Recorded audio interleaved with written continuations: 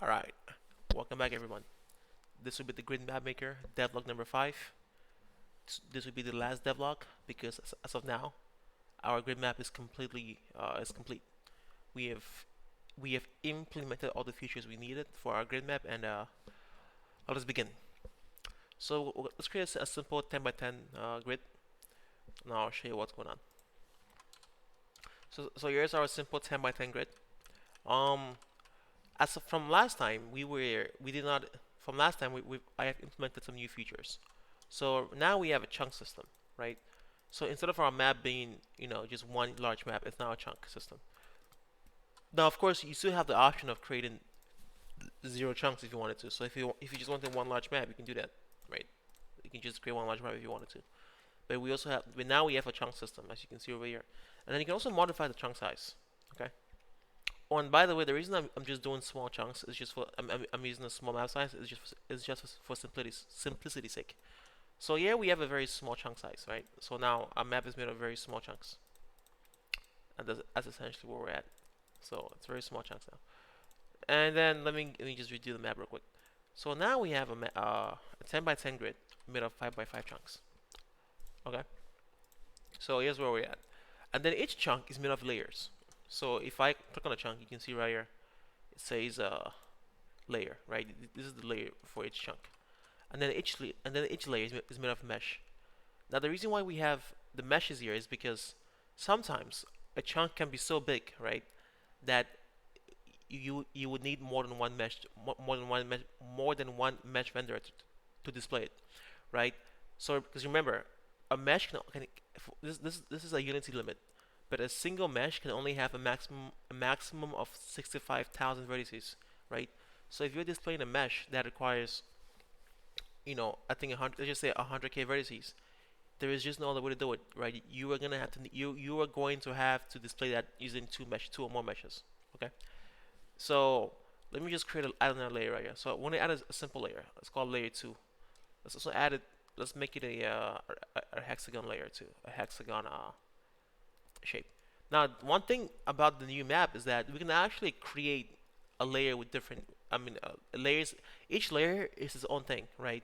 So it can be its own shape, right? So right now we have 2 hexagon layers. Let me add this real quick.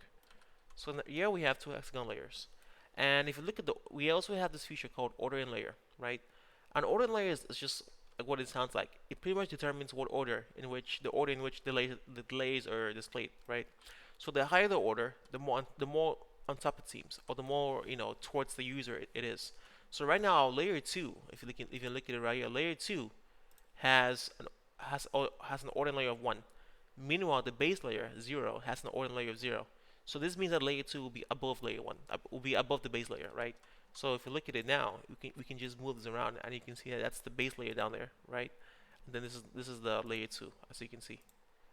All right. Let me just control V this real quick. There we go. So there it is. So each layer, and then remember, each chunk it's its own unique thing, right? So you can move the chunk separately, right? Now, recommendedly, I would recommend that you don't modify. This map is not really made to be, used with the editor. So a lot of the features of the editor are not, are not utilized with this grid map maker.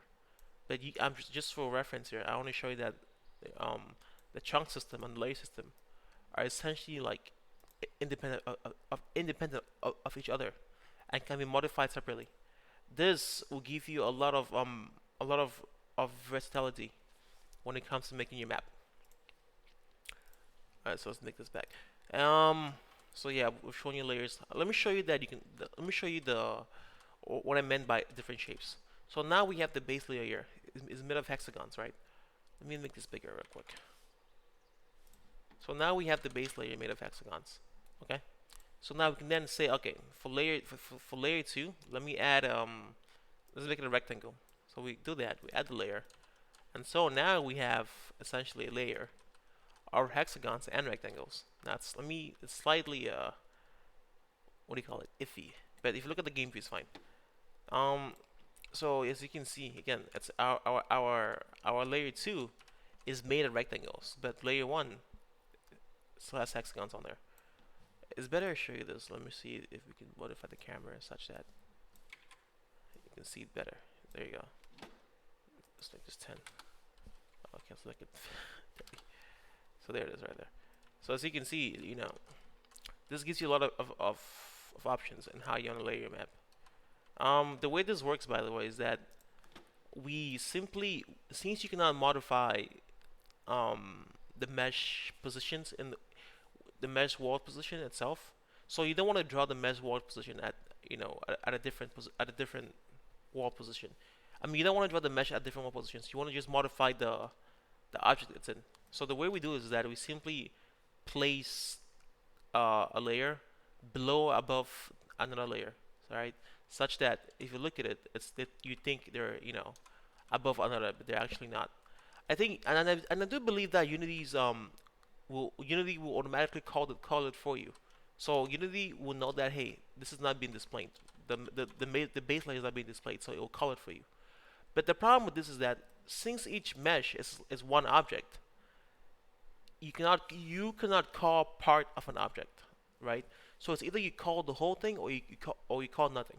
So in this situation, the base layer chunk layer or layer the base layer will not be called because you have to call the whole thing, right? But I would assume that for this, for example, where we've covered the whole thing, it would be called. Okay. Now, so yes, each layer is just positions differently. Okay, that's all we're doing. And then all these features can work on the same orientation. Where is it? Right. So yeah, all these features work in the same orientation. The reason why you don't see it in the camera is because the camera's orientation is not appropriate. I think if we make it to a 0, you can see it better. Let's see this. Yeah, there it is. So once again, this map gives you a lot of options. Let's go back to the way things were. Let's do X, Y, X, Z axis. The reason I do X, Z is just because it looks better. It's just easier to work with. But yeah, the map can be done with using any orientation you want. And the next thing I want to show you, one thing I should add is that a lot of these shapes are custom shapes, right? So you can create your own grid shape and then create your own vertices, your own UVs, and your own triangles, and your own like base orientation, and then you can then draw that onto the map. So it's very customizable. It's not it's not your map can be whatever you want, right? Whatever shape you want, whatever size you want. You can pretty much do anything you want to do with it. The next feature I want to show you with the grid map is that we have this thing. What do we have? Oh yeah, let me show you real quick the cell gap.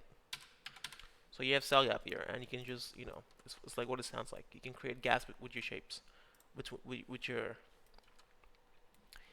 what do you call it? With your shapes, with your shapes.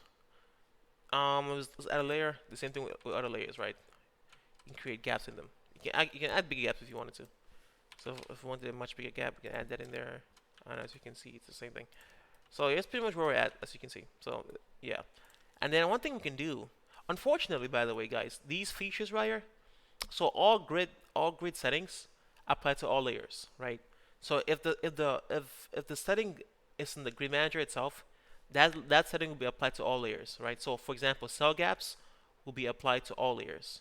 You cannot apply a cell gap to an individual layer, okay? The same thing with a scale. You cannot apply a scale to an individual layer. Now perhaps with hindsight this might be a bad idea, but just to keep things simple for now, I made it like this so that just keep things simple and avoid complications. And the next feature I want to show you guys is let me do this real quick. The next feature I want to show you guys is gonna be our multi-threaded applications, right? So when it comes to making the map, it can be very slow, right? Now this is a very simple map. It's a simple 10 by 10 grid. But if we bump this up to say 50 by 50,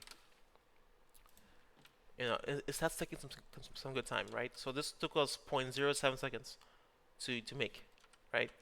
Let me do this again. Just run this console. So yeah, 0.07 seconds to make. So that's pretty fast. That's very fast. But then once we start to really go up to the big numbers, let's do 1,000 by 1,000. It becomes considerably. Even make this smaller. Considerably. Yeah.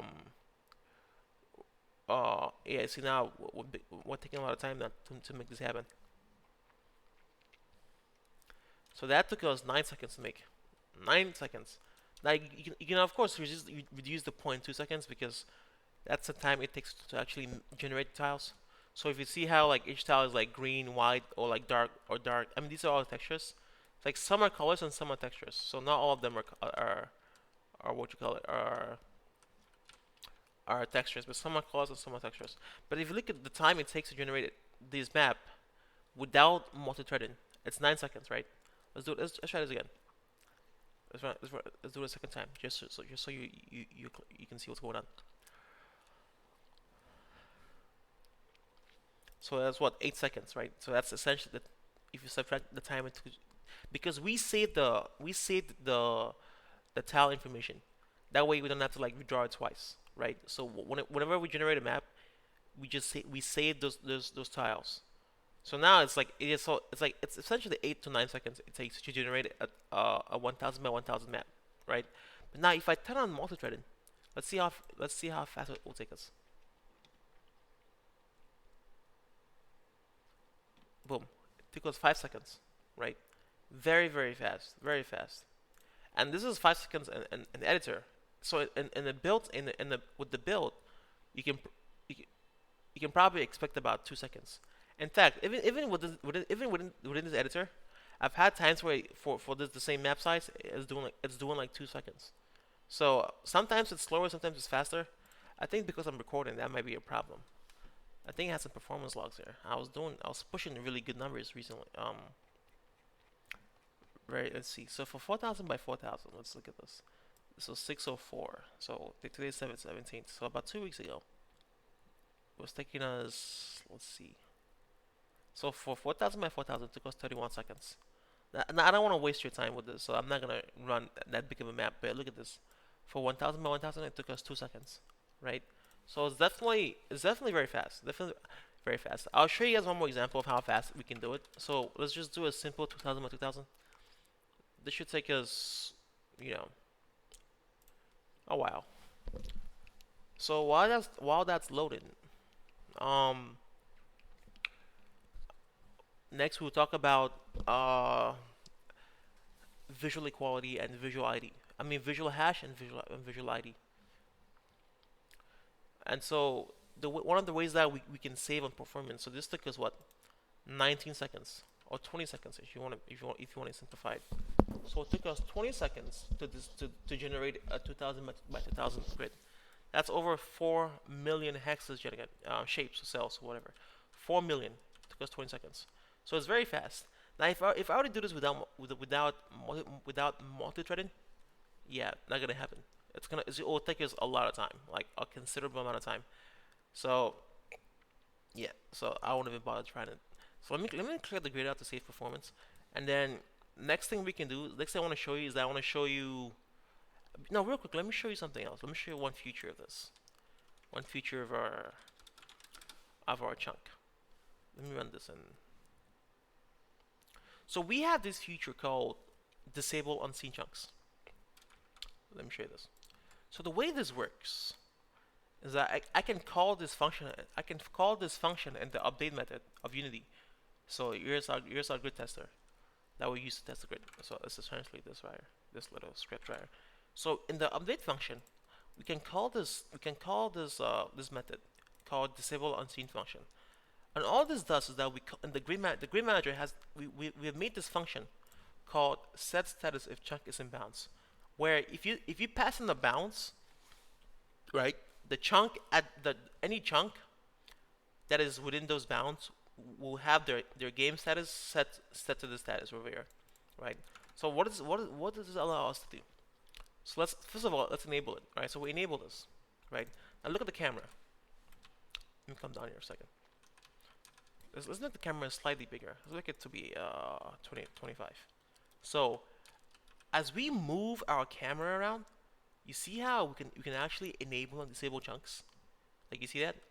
This is a massive improvement compared to the default Unity tilemap, where because we're using this chunk system, we don't have to display the whole map at once. We can simply disable these things. And if you look at our FPS, right? If we didn't have this, can I? Nah, I can't do that. But let's assume for a second that we did this for a second. We did 100. Let's split. Oh, that's a big. I think we've been limited by the size of this right here. All right. So let's look at the FPS now. It's 25, right? Let me disable this real quick. So our FPS is currently 25. Looking at the whole map, right? Or 23. Very, very slow. I mean, now of course remember this is the editor, so it's gonna be slower. In the build, this is probably gonna be like 80, but in editor, it's like 20. So let's use this for reference. So this is currently 20. However, if we were to just narrow down our map such that we do only 100 by 100, and then we enable the disable chunk. Now look at our FPS. Right? Essentially, it's at 50. We've doubled it. And then if we make it even lower, again the same thing. Now we're like 60, 70. Right? So this is a great way to save on performance. Great way to save on performance. All right, let's stop this. And then that's the set chunk status, and then you have this invert function. And then one other thing that we can do is, let me show you what we have here is called a visual ID versus visual equality. So if you remember guys from our old devlog, we had this thing called a shape visual data. Now a shape visual data simply allows you to set the visual of its shape, right? So let me draw a small map here. So here's our small map. So if you look at it now, obviously each shape, each hex or whatever has a visual. It can be a color, it can be a texture. So these ones are just textures, right? So for example, if you look at this, this is simply a grass texture. That's all it is right here, right? So each shape has a texture, right? Now the way we do this is that we have our shape visual data, right? Now this is an abstract class. You can then inherit this abstract class to create your own custom visual data. So currently this is what we use. We made our own basic visual class, right? And all this class does is that it has a texture and a color, right? I mean you can use both, you can use none of them if you wanted to, but you essentially have this. And so it takes a texture. Now each visual data class must then map to its own shader. Okay. So we have this basic visual, and it essentially maps to this shader, right? So you have these two properties, main texture and color, right? And so the way it works is that, to make it simple, we have the material. So so we're gonna have a material that we attach the shader to, okay? Right here, this material. We attach this shader to this material, and then we have this property block. And essentially, the property block will allow us to set the value of this texture to this texture, and the value of this color to this color, right? And that's all what we're doing. All right. So now there are two aspects of this. Aspect number one, when it comes to making the map, what we really care about is this number right here, the batch count. That's really what slows us down. So if you remember how when we ran our program, our thing, let's make it again. Let's make it a big one. 200 by 200. Let's do 50 by 50. Let's do 500. That way it's faster. Let me run this.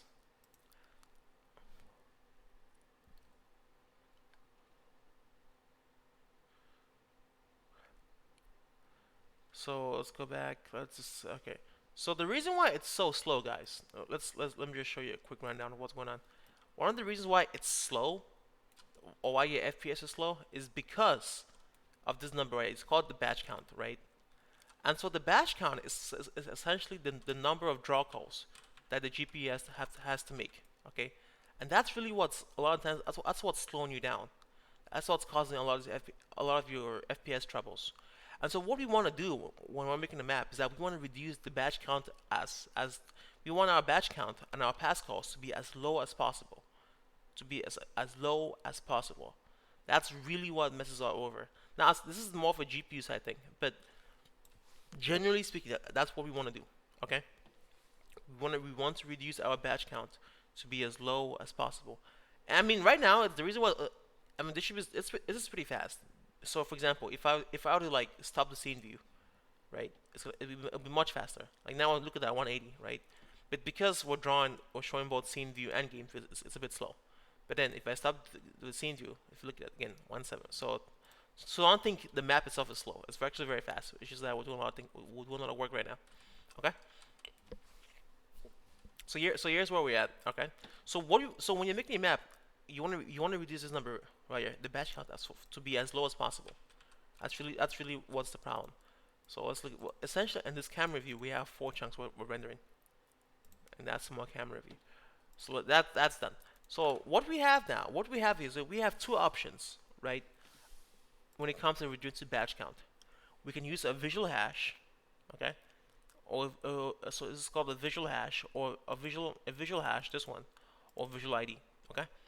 And so the way these works is that a visual hash is essentially like a hash code, right? It's a hash code for a visual, right? So let's go back to our map. Let me make let's make a simple 10 by 10 grid.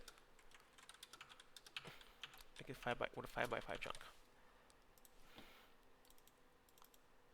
So a visual hash is user defined. Okay. Now of course there's gonna be I've also made like a custom function for this, but the one I made is very slow because it has to be universal, right? But it's recommended that when somebody implements this, that they create their own visual hash. So essentially, what the visual hash does is that if we have 2 hexes, right, that look the same, right, they should have the same hash, right? And if 2 hexes have the same hash, then we can batch them as one and draw them as one in one call. Does that make sense, guys? So remember, if 2 hexes look the same, they should have the same hash. And if they had the same hash, we can then batch them and make them as one. Right? So if you look right here, where is it? Get the visual hash. So this is the default function for get visual hash. It's very complicated. And essentially what we're doing is that we get the hash code of all the properties of the shader. And then yeah.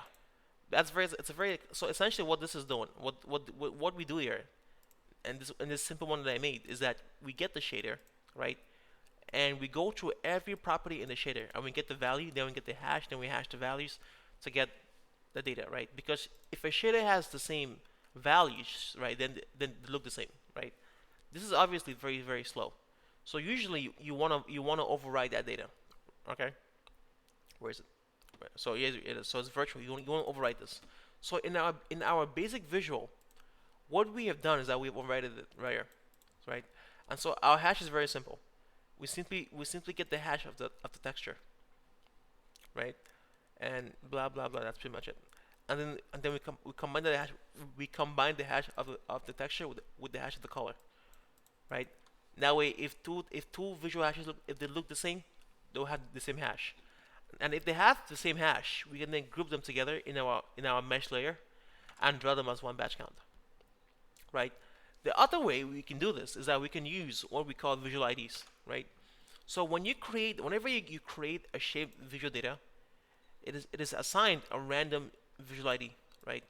You can think of a visual ID as a reference code, right? So if 2 objects have the same visual ID, those 2 objects are the same reference. That's all it is, right? That's literally all it is.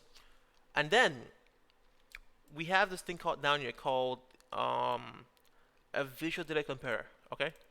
Now we use this to group our visual data, such that if we're comparing, if we want to use the visual hash, right, with this function right here, this is what we check the visual hash.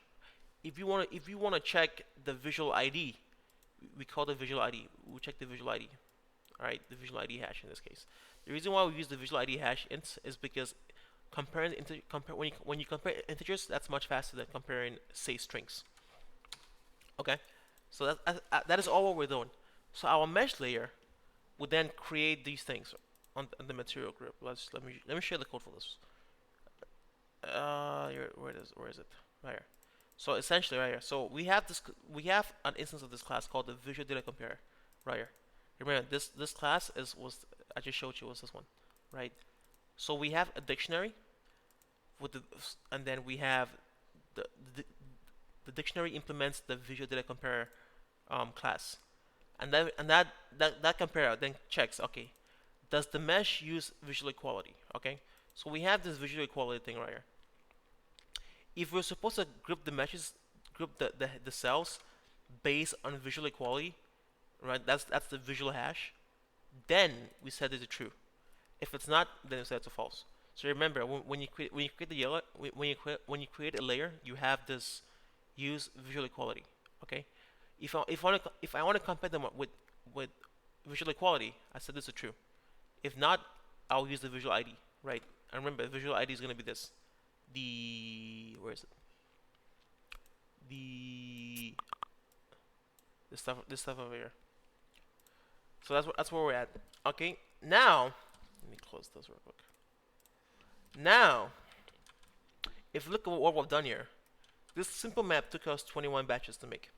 Okay, and that's because each layer, I believe, is using a visual ID.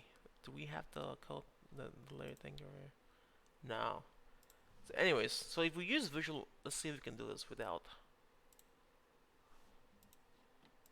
So if you look at it, by us using a visual ID instead, we have saved essentially 2 batch counts.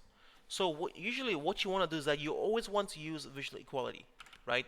It's always recommended that you implement this method yourself, because this is ultimately going to be allow you to batch more, right? If we do this on a, say, a 100 by 100 grid, and make this, let's make this 20 by 20, right?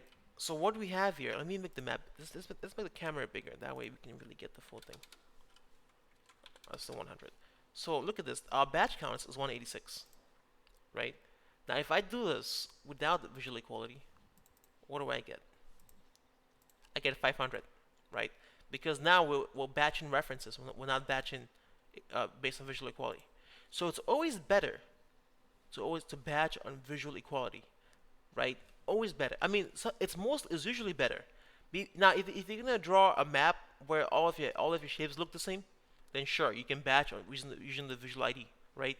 But if you want to batch a map that's dynamic, and that you want to batch shapes that will look the same, right? Or I mean cells that will look the same, you always want to implement your own custom visual hash for each shape, and then set your layer to be visual equality. Okay. So that's one way. That's going to be a significant way in which you save on performance. Significant. And lastly, I will show you guys a quick rundown of us saving the map and unloading the map. So let's create a simple map here. Generate it. So here we have a simple 100 by 100 map, right? Made of 4 chunks. Now let me take a picture of this real quick. We can then save our map. Map is saved. Then generate a new map, right? Then we can load the old map in. So if you look at it, this is the old map right here, right? So this is, and you can save a map. You can save a map of any size. So let's make a very big map, just for the sake of it, just for the fun of it. Huge map. Did I have? I don't think I enabled multi-threading, so this might.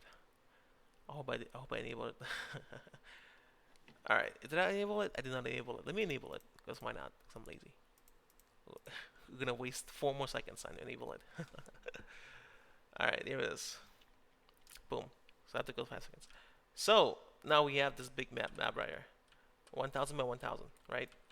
Let us oh goodness, this is so horrible. I forgot what this is called. It's called some kind of tiering. I don't know why I forgot what this. It's a word for this actually. Like when it tiers like this. I forgot it. But anyways, so here's our map. Now let's save this large map. Let's save it. It's obviously a big map, so it's gonna take a while to save. We save this, and the map has been saved. Right? We can clear the grid, clear the array, generate a new map. Let's generate a small map. Just why not? Generate a small map. Look at this bad boy over here. That's him. And then you can load in our large map back again. And it should take us, boom. So loaded that map back in 7 seconds. So once again, we are back to where we are. Look at it. And for reference, this is all. Now it's gonna be hard to see this, but it's the same map. So as you can see, guys, with the GridMap Maker, we're essentially doing everything that Unity's Tilemap does, but better. Now, the only downside to our GridMap Maker is that this map is meant for those of us who are creating the map dynamically, right? So if you're making your map using the editor and using and you're gonna you know, modify each hex individually using the mouse and the editor, then this map is not gonna be for you, right? But if you're the kind of guy who will be making large maps, right, that are like procedurally generated and dynamic, right, and they would have a lot of features, and you want to use shaders and you want to use materials for each cell, then this is going to be the map for you. Because one thing you must remember is that Unity's Tilemap does not support materials, right? It does not support textures. It only supports sprites, right? But this map, you can use whatever you want. You can use textures, you can use sprites, you can use materials. All of these, hell, I think you can even possibly animate these tiles if you wanted to, right? So this map offers you way more customization compared to Unity.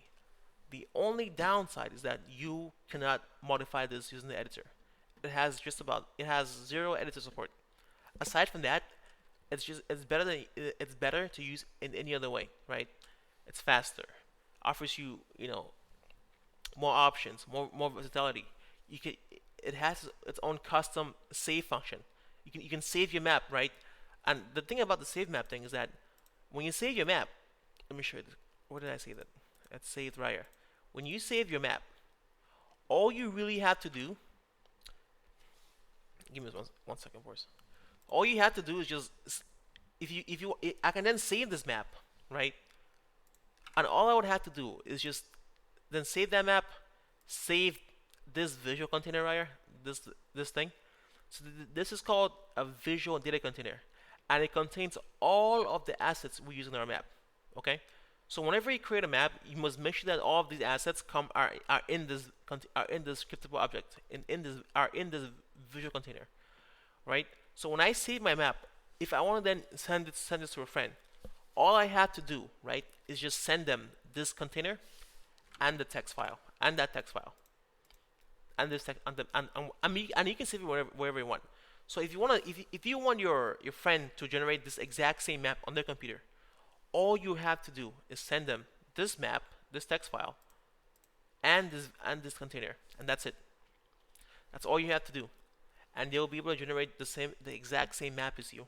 Even if your map was dynamically created with whatever settings you wanted to, this will save it for you. Okay? And with that said, I think that's just about all the features we can implement for you. I mean, the last thing here is to redraw on visual hash, and all this means is that if you had a shape, if you had made your shape, when you modify a shape, right? So for example, let's go back to our basic visual. Now let's just say that I had modified this shape, right? So let's say it had a green color, okay? If I made the color to be white, I can then update any of all the reference. I think it's best I just show you this. Can I do it real quick? Let's see how fast it'll take me.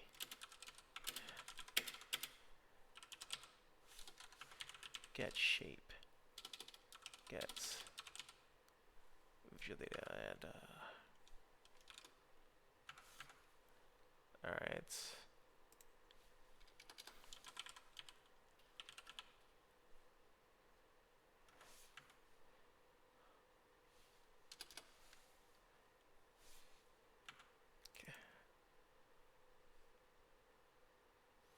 Let's see if this works.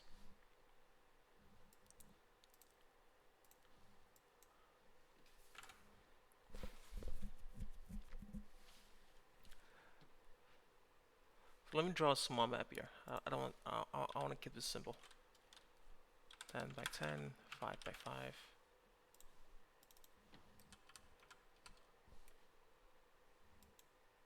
No. Whatever. But essentially, what's going? I think you have to mess with the texture. Did I? Oh, there it is. Okay. Oh, it's on 2 by 2. Okay. So let's modify this. Okay. So let's do 0 by 0. So all what we're doing here is we're saying that if we get, because all of these, I think the layer is drawn using what? So it's drawn using the ID, right? The visual ID, not the visual hash, right? So all what we're doing here, all what this code is doing, this simple code right here, is we're gonna get the visual shape for this. We're gonna get the visual shape for this, right? Which is like it's some weird texture. I don't know what this is called. I think it's called leaves of autumn or whatever, right? And all we're doing is that we're gonna make the shape, make the texture be some like we would then get a random texture from this object right here, and then we're gonna change it. So instead of it being autumn, it will be some like random object from here. And once we do that, every other hex that shares the same ID as this will also change, right? So all of this entire row right here, or this entire column, should also change by us changing the texture of this single hex right here, right? So that's what we're doing. We get the data from this input hex, which is input hex is this position right here. We get its data. We set its texture to be its texture to be some random texture, and then we simply change the hash. And what this means when we say validate visual hash, all what we're doing is that we're gonna rerun the visual hash and see if it's changed. Right? So if we do that, let's look at it. Boom. Right? And we can just keep doing it. See the entire row changes automatically, instantly. Boom, it changes. Just to show you how fast this can be for even a large map. Let's do a 500 by 500. Even for a large map, this can be an extremely fast process. Again, the first column, do it. So that took us about point-ish seconds. I don't know. Maybe I can say 0.2 seconds. Got it? And go. So it can be very. Remember, this is the entire row. So this is what we have here is a 500 by 500 hex, and it's still pretty fast. So this is definitely something that you gentlemen might want to think about. So this GridMap Maker, to close this off, allows you to gives you a lot of options for those of us who are going to be creating our map dynamically through our scripts. If you are using the editor, if you want to use the editor, if you want to use the editor to modify your scripts, to make your map, this is not the map for you. This is not the script for you, right? But if you're one of those people who are going to be creating your maps dynamically, maybe through something like procedural generation, this is definitely the map for you. If you're going to be making small, medium, or even large maps, this is what you want. If you want a lot of customization, this is what you want. If you want a lot of versatility, this is what you want, right? So, and with that, I believe we've shown you just about everything this map can do for you. Yeah, that's about it. So thank you guys for sticking with me, for watching these devlogs. This has been a fun project. It took me a while because I had school, but all in all, I'm very happy we finally got this done. This map will be on the asset store, guys. If you want to use it, and yeah, you have a great day.